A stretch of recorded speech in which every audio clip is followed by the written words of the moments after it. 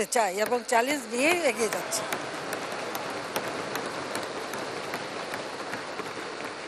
আমি মোটেই বাজেটকে উচ্চাভিলাষী মনে করি না। হ্যাঁ, একটা লক্ষ্য আমরা স্থির করি, শতভাগ কখনো পূরণ হয় না, হওয়া সম্ভব না। তারপরে আমাদের একটা সুনির্দিষ্ট লক্ষ্য থাকে যে এখানে আমরা যাব, আমরা কিন্তু তা যেতে পেরেছি। উচ্চ প্রবৃদ্ধি ও বিভিন্ন খাতে বার্ষিক বরাদ্দ সহ দুর্নীতির কথাও উঠে আসে সরকার প্রধানের আলোচনায়। বলেন, দুর্নীতির বিরুদ্ধে অভিযান শুরু করেছে সরকার। আমরা দুর্নীতির বিরুদ্ধে অভিযান শুরু করেছি, সে যেই হোক, দুর্নীতিতে কারো রক্ষা নেই। যারাই দুর্নীতি করবে আমরা করব। বিরোধী দলীয় নেতার সমালোচনার জবাবে শেখ হাসিনা প্রশ্ন করেন, বিশেষ আইন ও বিদ্যুৎ কেন্দ্র নির্মিত না হলে বিদ্যুৎ আসতো কোথা থেকে? মাননীয় স্পিকার, আমি বলে দিচ্ছি যে আমার গ্রামে লোডশেডিং যেন না দেয়। এই গুলশান, বনানী, বাড়িধারা এইসব বড় লোকদের এলাকায় 2000 মেগাওয়াট লোডশেডিং দিয়ে তাদেরকে মনে করিয়ে দিতে হবে যে এখন এয়ার কন্ডিশন, গাড়ি, বাড়িতে লিফট ইত্যাদি যে আরাম আয়েসটা, এটা যে আসমান থেকে পড়েনি, এটা যে আমাদের করা, সেটা মনে করায় দেওয়ার জন্যই অন্তত লোডশেডিং ওইসব বিত্তশালীদের দিতে হবে। সমুদ্রসীমা জয়, মেট্রো রেল সহ সরকারের বিভিন্ন অর্জনের কথাও তুলে ধরেন প্রধানমন্ত্রী। জুমাতুল বিদা, চ্যানেল 24। হেলিকপ্টার দুর্ঘটনায় প্রেসিডেন্ট রাইসির মৃত্যুতে নির্ধারিত সময়ের বছর খানেক আগেই নির্বাচন হচ্ছে ইরানে। সংখ্যাগরিষ্ঠতার জন্য 50% বেশি ভোট মেলেনি কোনো প্রার্থীরই, তাই নির্বাচন গড়াচ্ছে দ্বিতীয় ধাপে। চাপে থাকা অর্থনীতি আর নাগরিক স্বাধীনতার প্রশ্নে জনগণের আক্ষেপ থাকলেও ভোটে জেতার আশা ছিল কট্টরপন্থীদের। সে আশায় গুড়েবালি দিয়ে ভোটের ফলে এগিয়ে মধ্যপন্থী মাসুদ পেজেশকিয়ান। নির্বাচনে তিনিই একমাত্র প্রার্থী যিনি সমর্থন পেয়েছেন সংস্কারবাদী শিবিরের। প্রথম ধাপে 1,40,00,000 ভোট পেয়েছেন পেজেশকিয়ান। নিকটতম প্রতিদ্বন্দ্বী সাইদ জালিলি পেয়েছেন 95 লাখ ভোট। ইরানে ধর্মীয় শাসনে আস্থা রাখলেও পশ্চিমাদের সঙ্গে স্বাভাবিক সম্পর্কের নীতিতে বিশ্বাসী পেজেশকিয়ান, যাতে দ্বিমত আছে জালিলির। যিনি প্রেসিডেন্ট হবেন তাকে জনগণের জন্য কাজ করতে হবে, শুধু মুখে বড় কথা বললে হবে না, এর বাস্তবায়নও দেখতে চাই আমরা। ইরানের প্রেসিডেন্ট যেই হোক না কেন, চূড়ান্ত ক্ষমতা দেশটির সর্বোচ্চ নেতা আয়াতুল্লাহ আলী খামেনির হাতে। তাই পারমাণবিক কর্মসূচি কিংবা মধ্যপ্রাচ্যের বিভিন্ন মিলিশিয়া গোষ্ঠীকে সমর্থনের নীতিতে রাতারাতি পরিবর্তন হবে না বলে মনে করছেন বিশ্লেষকরা। রাখি জেসমিন, চ্যানেল 24।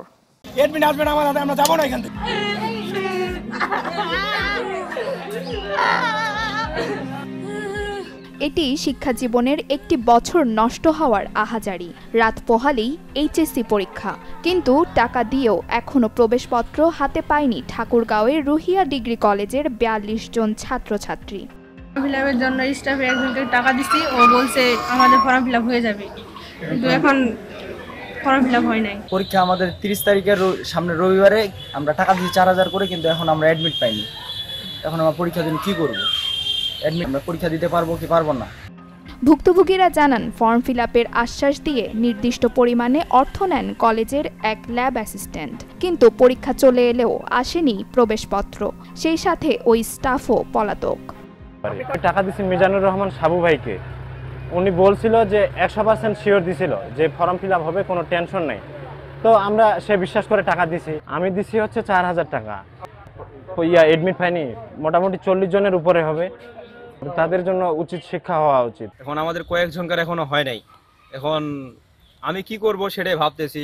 এখন ফর্ম ফিল আপ না হলে আমাকে আত্মহত্যা করতে হবে বা কলেজে আসে ফাঁসি টাঙতে হবে। আমরা সাবু ভাইকে টাকা দিছি, কোনো প্রমাণ নাই। সাবু ভাই বলছে যে এডমিট হয়ে যাবে, ফর্ম ফিল আপ হয়ে যাবে, কোনো প্রমাণ নেই। দোষীদের বিচার সহ প্রবেশপত্র দেওয়ার দাবিতে আগুন জ্বালিয়ে পথে নামে বিক্ষুব্ধ শিক্ষার্থীরা। এতে ঘণ্টাব্যাপী চলাচলের বিঘ্ন ঘটে। পরে পুলিশ এসে স্বাভাবিক করে যান চলাচল। বলছে আমাদের বেলে ফর্ম ফিল আপ হবে না, এটা একটা কথা হলো?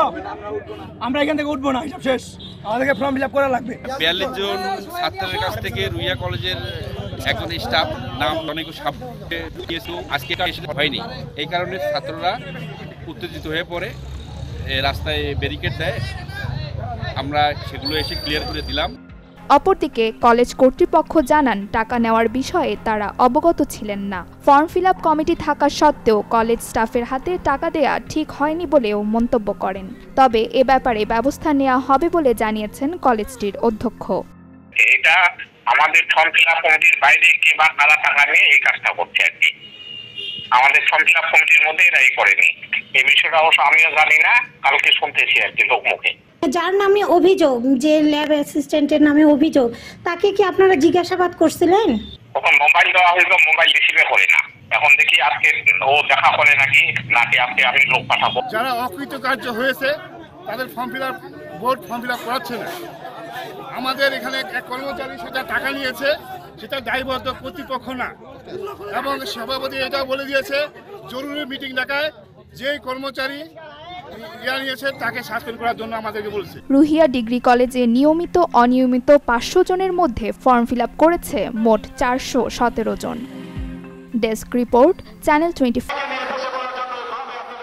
বিএনপির সমাবেশের দিন সকাল থেকেই কিছুটা বৈরী ছিল আবহাওয়া। এরই মাঝে দলের চেয়ারপারসন বেগম খালেদা জিয়ার মুক্তির দাবিতে নয়াপল্টনে জড়ো হন নেতাকর্মীরা।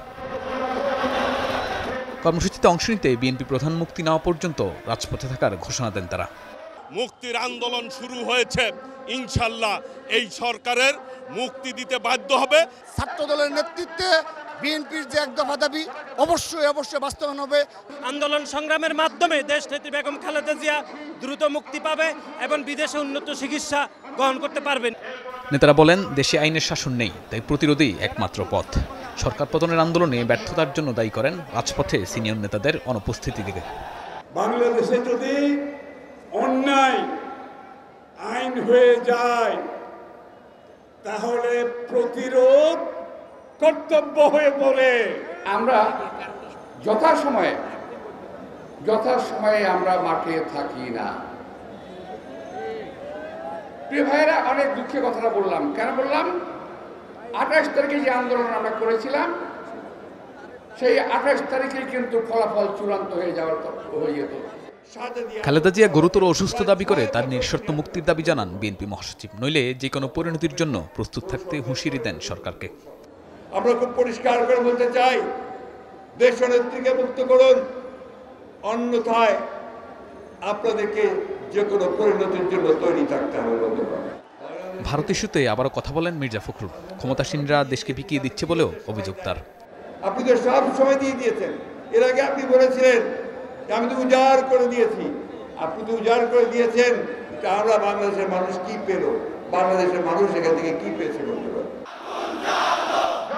সরকার হটানো ছাড়া বিকল্প কোনো পথ নেই বলে মন্তব্য করেন মির্জা ফখরুল ইসলাম আলমগীর। 28 অক্টোবরের মহাসমাবেশের পর ঢাকায় বড় গণজমায়েত করল বিএনপি। কর্মসূচিতে আসা দলটির নেতাকর্মীরা বলছেন, সরকার পতনের দাবির পাশাপাশি দলীয় চেয়ারপারসনের মুক্তি তাদের কাছে মুখ্য বিষয়। হুঁশিয়ারি জানান, ন্যায্য দাবি আদায় না হওয়া পর্যন্ত রাজপথে থাকার। শাহনিয়াজ বাবলু, চ্যানেল 24, ঢাকা। আওয়ামী লীগের 75 বছর পূর্তি উপলক্ষে রাজধানীর বঙ্গবন্ধু এভিনিউতে এই আলোচনা সভা। ঢাকার বিভিন্ন স্থান থেকে যোগ দেন আওয়ামী লীগ সহ সহযোগী সংগঠনের নেতাকর্মীরা। মিছিলের স্লোগানে মুখরিত করে তোলেন সভাস্থল।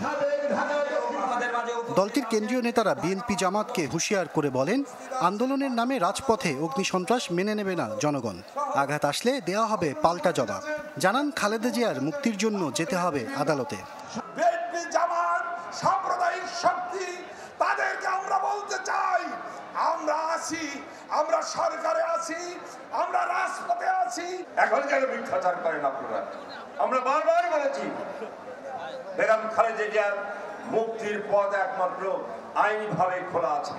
খালেদা জিয়ার মুক্তি আমরা দিব না, এটি দিবে আইন, কোর্ট। কোর্ট যদি মুক্তি দেয় আমাদের আপত্তি নাই। দলটির সাধারণ সম্পাদক ওবায়দুল কাদের বলেন, প্রতিবেশী দেশের সাথে বন্ধুত্ব আছে আওয়ামী লীগের, কিন্তু ক্ষমতায় যেতে ভারতের দাসত্ব করতে প্রস্তুত বিএনপি।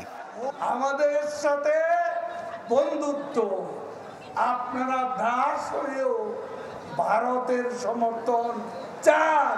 ক্ষমতার জন্য আপনারা যে কারো দাসত্ব মেনে নিতে কোনো আপত্তি আপনাদের করেন আন্দোলন,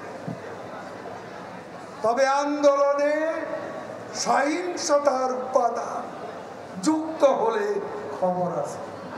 দেশে এনে তারেক রহমানের বিচার করা হবে উল্লেখ করে ওবায়দুল কাদের বলেন, লন্ডনে বসে দেয়া কর্মসূচি মানে না জনগণ।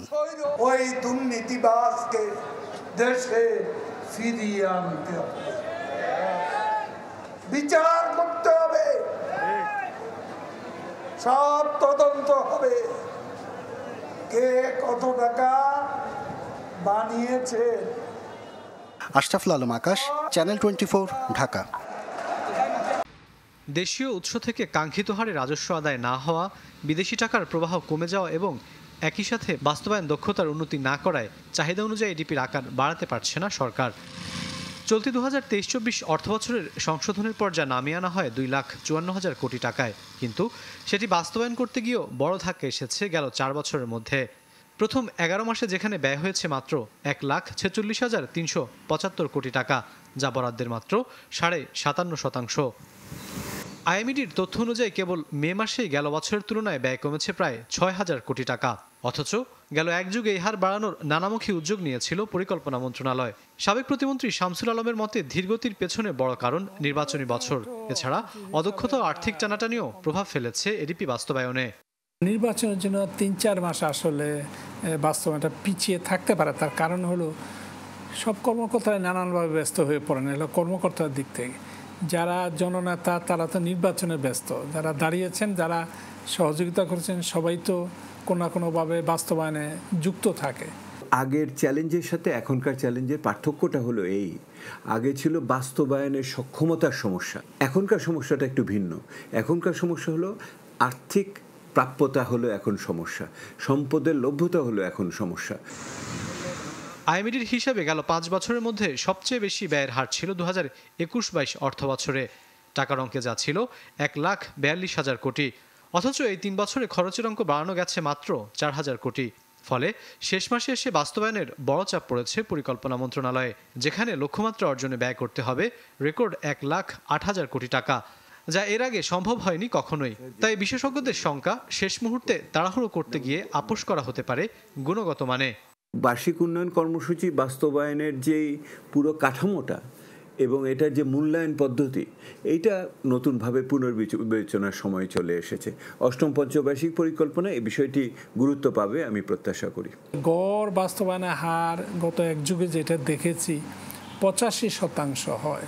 এবছর 62% থেকে, বা আমি 58 যদি বলি রিভাইজ বাজেট থেকে, এটাকে 85-তে নেওয়া এত কঠিন হবে এক মাসে। কাজে এটা তো মনে হয় 80-র নিচে যে থাকবে। নতুন 2024-25 অর্থ বছরের জন্য এডিপির আকার থাকছে 2,65,000 কোটি টাকা। রাকিব আল জাবেদ, চ্যানেল 24, ঢাকা।